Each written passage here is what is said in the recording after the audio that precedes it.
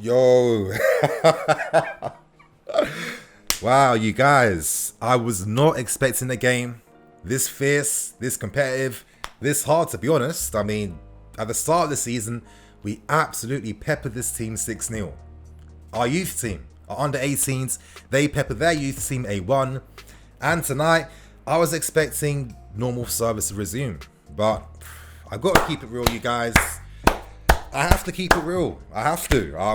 Massive credit to Barnsley tonight. Massive credit for making this an FA Cup game. Now, this tournament, yeah, it holds history. It's the oldest domestic national cup in the entire world, for very good reason. It's been known for its upsets it can cause time and time and time again. And when you deep it, it makes a ton of sense. You know, in games like this, in knockout round games like this, there's an opportunity for the smaller clubs to play against big teams that they rarely ever get. And of course, you want to test yourselves out against the big boys. So tonight, I have to say credit to us for not taking things complacently, because we couldn't afford to. This was a game that was fiercely fought throughout the entire 90 minutes because Barnsley, they kept their high line from the first minute to the last minute. And by doing that, of course, it congested the field, congested the pitch, from times when the groundsman, who clearly has been on holiday these past 2 weeks, because every single minute, you guys, every single minute, that pitch was getting worse, was getting browner and browner and browner. And, you know, from the minute the game started, that was the game plan in which Barnsley, who have had nearly 2 weeks off because their game versus Derby was postponed and suspended, they had a game plan from the start for this game tonight. So for us, we had to show different qualities to win this game tonight. We weren't going to be able to play beautifully. I think from the field today, it was abundantly clear because, I mean, the ball was bobbling up and down, left, right and centre non-stop. The balls were being played high and long in the air. I mean, the amount of aerial battles we saw, left, right and centre non-stop, it meant that we had to dig in. We had to show that resolve. We had to show that respect to our opponents too. And for me, you know, this was an ugly win, but it's an important win. And let's keep it real, we're not going to forget about this win when we get to the quarterfinals against Sheffield United. I mean, that's how football works, to be honest. And I guess the most important thing to be happy about is that we have a big opportunity now to go potentially deeper into this tournament, because for me, the FA Cup is our best chance of winning silverware this season. And based on this performance tonight, it does feel like the players do have that resolve in them to help us cross that line and hopefully lift and win the FA Cup. So you guys, in today's match review, I'm going to break down some of the players that I felt really stood out tonight. I'm going to discuss why it was so difficult for us to play in the first half, and I'm going to discuss what Tuchel did in the second half to get us back into the game too. So I hope you guys do enjoy. Hit that like button if you do. Hit that like button if you're happy that we've gone through to the quarterfinals of the FA Cup. And to kick things off, you guys, we have to discuss the lineup. Now, we did use a 3-4-1-2. And 3-4-1-2, I think I'm saying that. No, 3-4-2-1. I'm constantly getting it mixed up, you guys. We saw some surprises in the team. Christensen was playing on the right-hand side of the back three. We saw Emerson playing down the left-hand side of the back three. And in that sense, did it work? Did it work? I can't say it did, you guys. I mean, it's quite obvious down the left-hand side, that left centre-back position, that's Rudiger's, because this entire season, Rudiger has been playing the Hollywood passes. He's been playing them effectively, consistently, and beautifully too. And I think it's quite clear that maybe Tuchel only trusts Rudiger to play down the left-hand side in a back three. Christensen, we know, is someone that can carry the ball, step into midfield. Back when he was playing for Gladbach, when he was playing in a back 3-2, you know, he was playing in the centre and he had that responsibility to carry the ball into midfield, but he actually scored a few goals playing that way. So, you know, that's definitely a game that he can play in. However, for me, Christensen does prefer to play on the grounds, and I felt like if there was a time to use Reece Jame in the right centre-back position, it would have been that game, just due to the variety in his passes, due to his ability to play those, you know, long passes accurately too, to give us a different dimension, because I felt like our build-up play was not that good.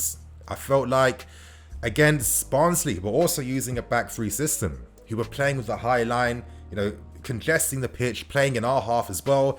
It meant that they could go man v man when it came to closing us down from the press, and a lot of times there was a big disconnect where we were being forced to play long balls out from the back to try and find your Tammy Abrahams or find the front players, and it just really wasn't working that effectively. So it was no surprise why we really struggled, to be honest. And I mentioned that in the first half, that penalty decision that was missed, that could have been key in the context of this game, in the context of an FA Cup game, because it was abundantly clear that Tammy, he was robbed. That was a clear 4K, 8K, 16K penalty, you guys. And in a different occasion, maybe with different opposition, maybe that's something that we respect more and we're more aggrieved by. But that first half we weren't seeing too much. It felt like players like your Ziyech's and your Pulisic in particular struggled with the physical intensity.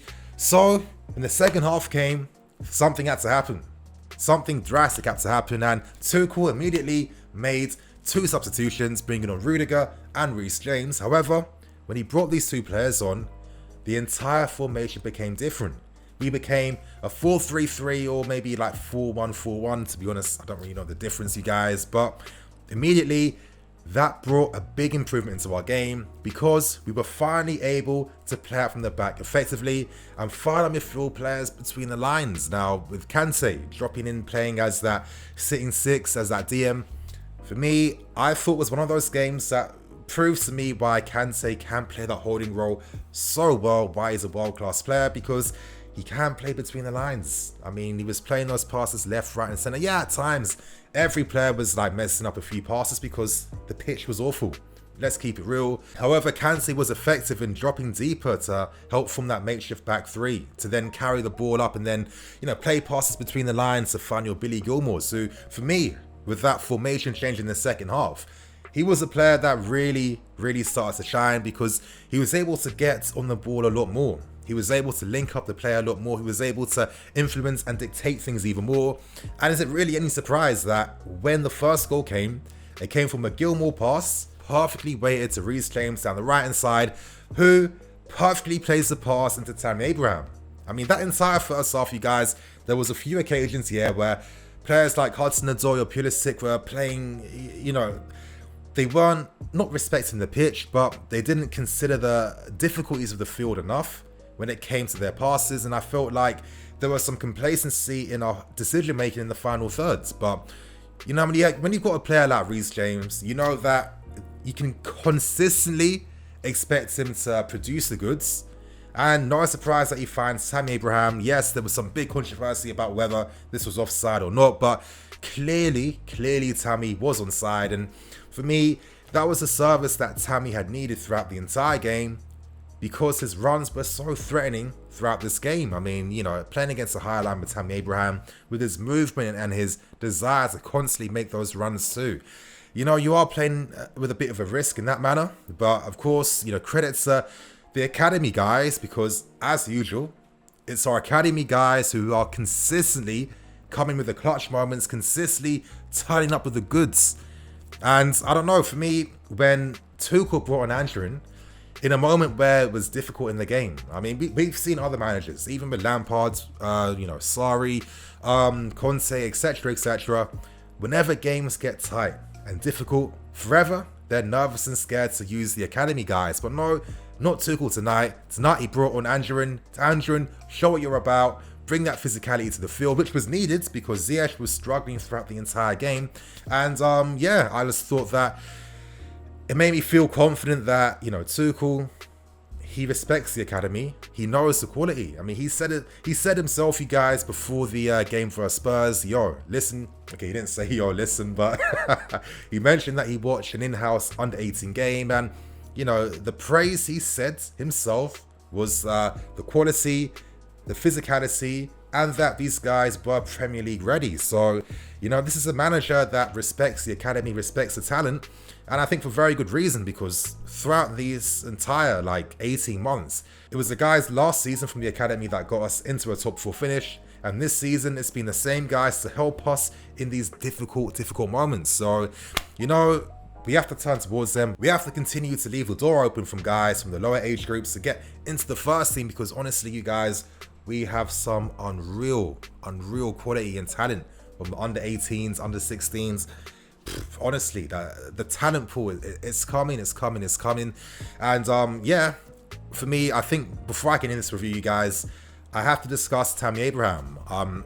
It felt like this was like Tammy's Drogba impression. And when I say that, I mean it in the sense of his work rate for the team tonight, because of course he scored the decisive goal to win this game against Barnsley. He led the line very well. So many times his runs weren't being spotted, which is typical for most Chelsea strikers, but it was his involvement in the defensive phase. In particular, that moment near the end of the game where we know with Kepa, when it comes to dealing with any aerial balls inside the books, this guy struggles. He's got Bambi hands. He's not assertive enough. There's not enough conviction.